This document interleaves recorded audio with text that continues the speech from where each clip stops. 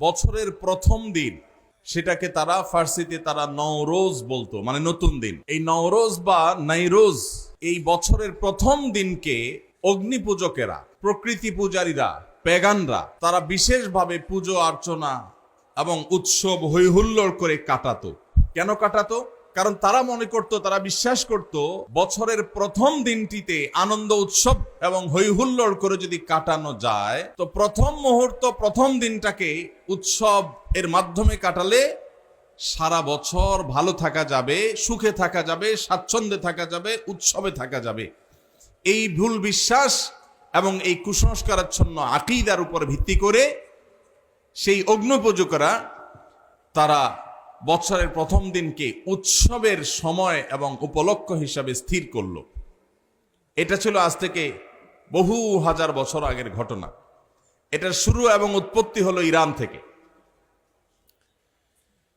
এরপর বহুকাল পর খ্রিস্টানরা এই কালচারটাকে ধারণ করলো।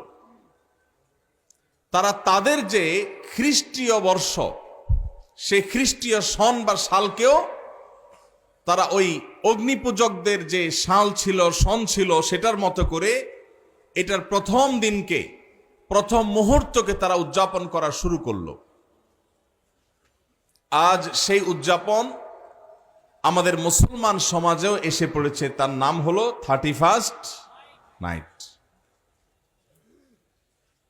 এই 31st নাইটের এই কালচার, এটা এসেছে অগ্নিপূজকদের কাছ থেকে, খ্রিস্টানদের ঘাড় হয়ে এখন সেটা মুসলমানদের সমাজেও বসবাস করছে, টিকে আছে।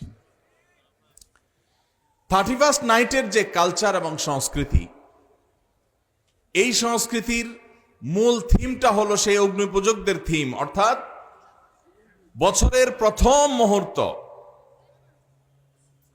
এই সময়টাকে যখনই রাত 12টা 1 মিনিট হবে, 31শে ডিসেম্বর, 31st নাইট, 31 ডিসেম্বর রাত 12টা পার হয়ে যখন 12টা 1 হয়ে যাবে, তখনই সব পটকা ফুটিয়ে, আতশবাজি করে, ফানুস উড়িয়ে, হই হুল্লোড় করে, গান বাজনা করে, উৎসব করে, ফুর্তি করে এই মুহূর্তকে কাটিয়ে তারা সারা বছর ভালো থাকতে চায়, উৎসবে থাকতে চায়, খুশিতে থাকতে চায়। এই চিন্তাধারা, এই ধ্যান ধারণা এসেছে অগ্নিপূজকদের কাছ থেকে।